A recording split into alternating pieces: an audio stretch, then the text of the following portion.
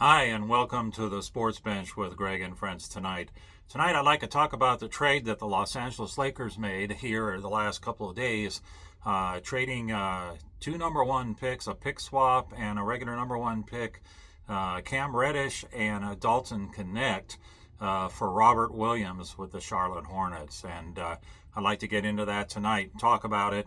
Um, the Lakers seem to me, after getting basically Luka and Nick in a really, really good trade with not giving up much assets, picked up this center who's a young center. He's only about 24 years old. Most people don't know much about him. I have to admit myself, don't know so much about him either. But after reading and whatnot, I started delving into this trade. And so on the outlook, it looks like a good trade for the Lakers. They have a center now that can replace Anthony Davis. He can score. He's good for lobbing too. He can play defense, but the word's still out on him that he might not be this defensive presence in protecting the rim that he should be. But evidently, the Lakers feel like that's an upside and they can learn this as he moves forward. But my problem with the trade comes down to trading actually Dalton Connect. Now, I am a big fan of Dalton Connect, and when the Lakers were able to get him in the position in the draft that they did, this was just a steal. This man has a great shooting touch. It's very fluid, very much like Luka's stroke. I mean, when you can tell shooters the difference between guys that just kind of put up shots, different guys that can put up the ball and know that it's going in. So when Dalton Connect was on the floor with the Lakers, which it wasn't very often, they stuck him down on the corner and they had three guys working a pick and roll up top trying to get a shot off. Okay, so it usually involved LeBron James, Austin Reeves, and Russell when he was there before he got traded.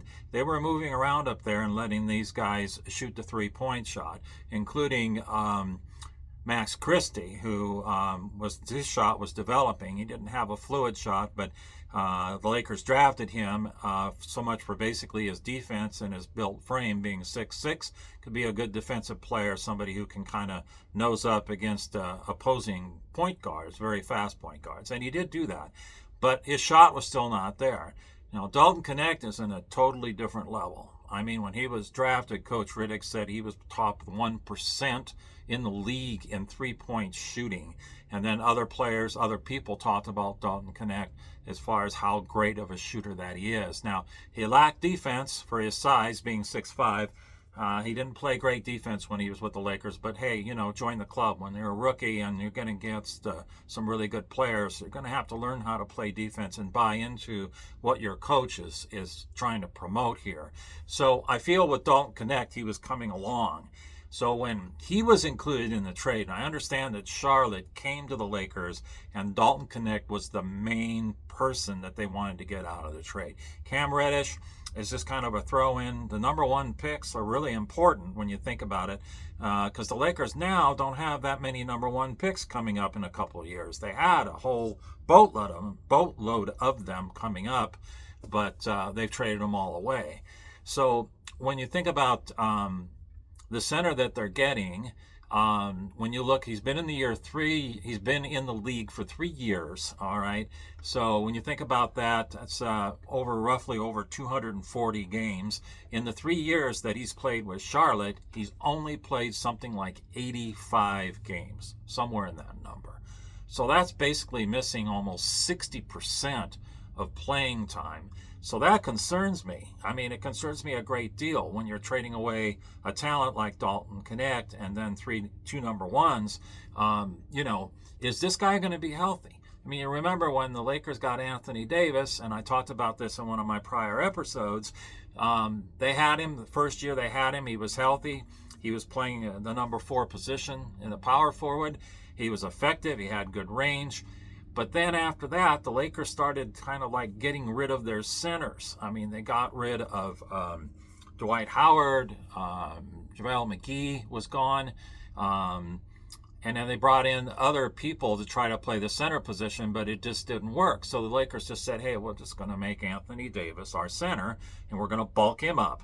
And that's what's happened in the last number of years. He's bulked up, and basically now he's playing center with the Lakers before he was traded, and now evidently he's going back to the forward position. But my point in all this is after they won the championship in 2020, and bubble championship during the COVID year, after that, he was injured a great deal of the time. The Lakers didn't go anywhere because he was injured so much. After the championship, they didn't go very far. The next year, they didn't go far. And next year, they didn't go very far. He's finally started to pick up being healthy here in the last year and a half, 2 years, okay? But now he's 32 years old, all right? So I've always had a feeling as far as players and agents and people that are making trades that once a player gets to be 32 years old, he's going to start to decline. So with Anthony Davis, I think the Lakers kind of thought about that. You know, what happens if he gets injured again? So, you know, just making this trade for him was great with Luka. But this trade with Dalton Knecht, I have to really protest because I was really looking forward to seeing Dalton Knecht and Luka on the floor at the same time. Not necessarily LeBron James, not against Austin Reed. I'm not saying anything bad against them, but these two players on the floor together would have probably rained threes on the other team.